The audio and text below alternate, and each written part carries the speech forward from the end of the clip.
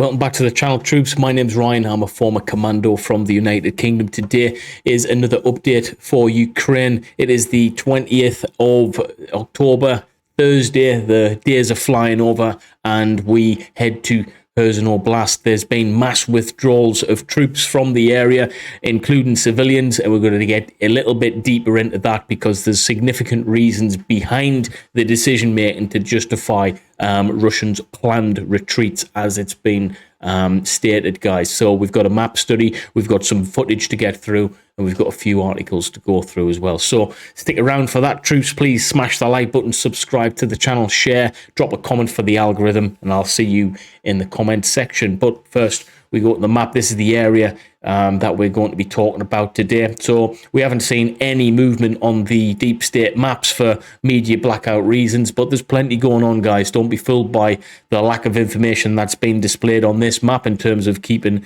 itself up to date. There's plenty of stuff happening within the region, like I've just said. But Russian authorities are likely setting information conditions to justify planned Russian retreats and significant territorial losses in KHERSON Oblast.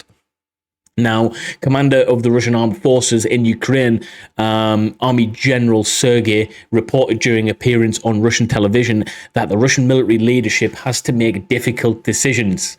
Okay, in quotes as well. Difficult decisions. So this could be telling a massive story in terms of those decision makings. They're saying, look, it's difficult decisions, but in a nutshell, it's showing on the grand scheme of things that within this region here, they're failing, and the Ukrainian guys are advancing as we speak, getting ever so close to taking KHERSON Oblast over. And regarding KHERSON Oblast, and accused Ukraine of planning actual strike civilian and residential infrastructure in this region. Now, you know, Russia must have the neck of 1,000 giraffes for allegedly stating that Ukraine is going to be targeting civilian infrastructure, civilian populations within these areas for what they've been doing. You know, it was only recently between the 8th and the, well, up to the current date, they've been striking areas all over Ukraine. Okay, and targeting specifically civilian infrastructure, civilian individuals, people who literally have nothing to do with warfighting. So it's, I find it a bit necky, as we would say in the northeast of England, for them to be saying such a thing.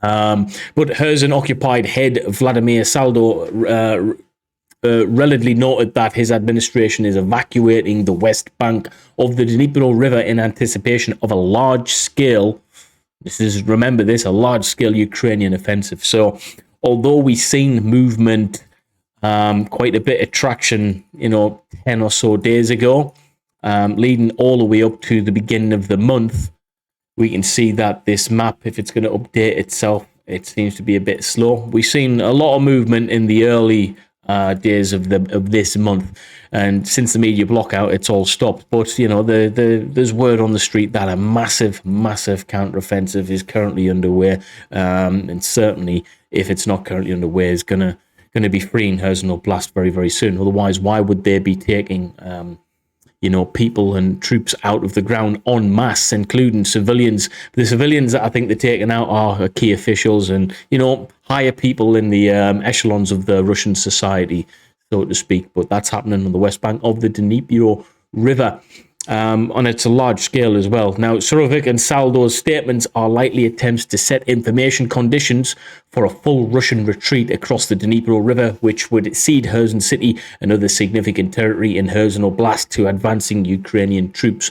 Russian military leaders have evidently learned from previous information and operational failures during recent Ukrainian counteroffensives in Kharkiv Oblast in the eastern part, and are therefore likely attempting to mitigate the information and operational consequences of failing to defend against another successful Ukrainian advance. So what I'm taking away from that, if we go up to you know, East Kharkiv, we've seen a massive advance from Ukraine. Now, from what I'm reading between the lines on that, Russia did not read between the lines themselves, and they didn't take information that was coming in regarding the counteroffensive that serious. So they lost a lot of manpower, they lost a lot of kit and equipment, within this counteroffensive operation. So they're trying to mitigate losses by simply getting their troops out of there, which is it's a massive telling story. I believe KHERSON will be free pretty soon based on that information alone, although we aren't seeing massive amounts of blue areas being occupied in this region yet. It's certainly going that way, and that's how the original counteroffensive in the eastern part of Kharkiv started, really, with a media blackout, mass amounts of troops being pushed back, and that's it. So it's telling a massive story on that, guys. Now, Russia continues to use, this is the important bit that I want to get involved with and talk about today, to use the guise of civilian evacuations as a cover for the mass forced removal of civilians from Russian-occupied areas in Ukraine. So they're using it as a guise, as it says, for the evacuations as a cover for the mass force removals of civilians within those areas. I don't think these civilians that they're talking about are just going to be anybody, families and stuff. I don't think there's that much care for that. But again, I'm talking about higher end civilians of the higher echelons of the Russian society. Them are the people who they're wanting out the areas. That's in my personal opinion. I would like to hear your opinion on that, guys. So yeah, Saldo's announcement of a mass withdrawal from the west bank of the Dnipro River is likely intended in part to evacuate Russian occupation officials, collaborators, and other occupational organs in anticipation of imminent Ukrainian advances.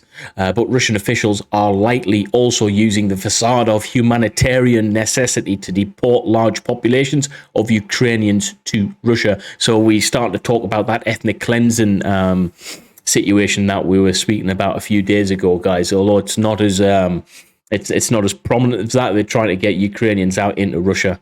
And an Institute Study of War report has previously reported that Russia does not appear to reap any economic benefits from resettling tens of thousands of unwilling Ukrainians in Russia, suggesting that the purpose of such removals is both to damage Ukraine's long-term economic recovery, as it is attempting to eradicate the Ukraine's ethnicity and culture. So that just proves the fact that we're talking about ethnic cleansing. They're doing it a slightly different way. They're just taking en masse individuals out of the country. So, one, the rebuild is hard. They're already thinking about the get out clause, all right? They're already thinking about the end game here with the mindset of, we're going to lose this battle probably, but we're going to take thousands and thousands and thousands of you guys with us. We're going to make damn sure that the repopulation, the rebuild process is going to be bloody hard. And that's what they're doing now. But that tells a massive story with their intention anyway. They understand that they're probably fighting a losing battle here. But it's, again, normal civilians are going to be suffering as a consequence of that. But let's get into something else. BBC World News. The new commander of Russian forces in Ukraine says the Russian army is preparing to evacuate civilians from the city of KHERSON, the first big city to fall to Russia at the start of its invasion of Ukraine in February. Ukrainian forces have been steadily retaking territory near KHERSON, which is a strategically important port giving access to the Black Sea. Well, elsewhere in Ukraine, more than 1,000 towns and villages are now without power. Yeah, we've seen that earlier on, guys. The fact that they're taking power structures, infrastructure out of the game completely, it's really having an effect on the civilian populace there. Unable to turn the electricity on. To us, might seem not much of a big deal, but when you've been without electricity for weeks on end, hygiene and things like that become a problem. Feeding yourself effectively becomes a problem. Heating your house and stuff when the weather sets bad. All these little things is there to demoralize the individual who's suffering at the hands of the infrastructure bombardment, and the eradication of the electrical provisions that they have. And it's a terrible thing, and we're seeing the real life effects right now. Reports. Children, the elderly, even family pets, waiting for their turn to be taken to safety. This is the southern city of KHERSON, occupied by Russian forces since February. Civilians there have begun to leave amid warnings it could become a bloody new front line. For the last 2 weeks... Yeah, it seems that way, guys. It does seem that it's the counteroffensive is going to have... how can I put this? Regardless of what side you're on, I mean, it's going to be, it's going to have bad consequences no matter what. There's going to be, in a counteroffensive like this, there's going to be massive amounts of collateral damage, especially in the built-up areas as well. You can't fire weapon systems, heavy weapon systems, bombs, mortars, artillery pieces without there being massive amounts of collateral damage, and people will lose their lives within these regions. It's an unfortunate part of war, but in the rebuild, in the retake of this land, that's what's going to happen. Even if you are getting Russia retreating, but the more Russians retreating from this region that aren't going to put up a fight, the better for the people who live there when they come back to rebuild this place, because it will happen. All right, the rebuild will take place. So are the civilians doing the right thing by getting the hell out of there first? I think so, because you don't want this to become effectively a new front line, which is the war fighting in this is going to intensify in the next coming days, I think, personally. Target for Ukraine's government. And for the past few weeks, Ukrainian forces have been gaining ground. The man charged with halting this fight back is General Sergei Surovikin. Nicknamed General Armageddon, he was recently appointed Russia's top commander in Ukraine. But in his first televised interview since taking the role, he seemed to offer a rare acknowledgement of Russian difficulties. The situation in the area of the special military operation can be described as tense. The enemy is not abandoning its attempts to attack Russian troop positions. Facing such No, and Ukraine won't abandon its attempts either. It's they're fighting their own land. Okay, this is not a random war that they've involved themselves with. This is their homes. This is their families we're talking about. So you're never going to get them given in that regard. And as long as the West is providing massive amounts of support, in which it is, especially the United States, they're obviously donating more HIMARS artillery rocket pieces and stuff, which has been very, very successful. And in my personal opinion, allowing the counteroffensive to take place in the first place. As long as that support's there, Ukraine will continue to fight to the very last man, in my personal opinion. Of a freezing winter. It's scary. I don't know how to prepare. Seems like we will be sitting without light and in cold. Moscow seems intent on causing maximum chaos to achieve its goals, which means civilians and critical infrastructure are now squarely in the firing line. Yeah, we've seen yesterday and the day before kamikaze-style drone attacks within the area of Chernihiv, I believe you pronounce it. It's just north of Kiev. And again, you've seen in that bit of footage there, normal, regular people trying to go about their daily lives. Despite there being a war going on in their homeland, they are, still being attacked sporadically by horrendous, unhumane means of war, and it's affecting people on a psychological level now, okay? When you're walking down the street that you have believed and you're being told is safe, and you have every right to believe it is safe because there's nothing going on there, and then out of nowhere, all right, a drone appears and plummets to the floor loaded with explosives. It's it's gonna put a horrendous amount of shock on the individual living in all parts of Ukraine now, because you're going to be wondering to yourself, could it be me next? Could it be our area next? You have to have that mindset, and an unfortunate part of that mindset is paranoia and fear. So they will be living in fear until this whole mess is over, okay? Sylvia Lennon-Spence, BBC News.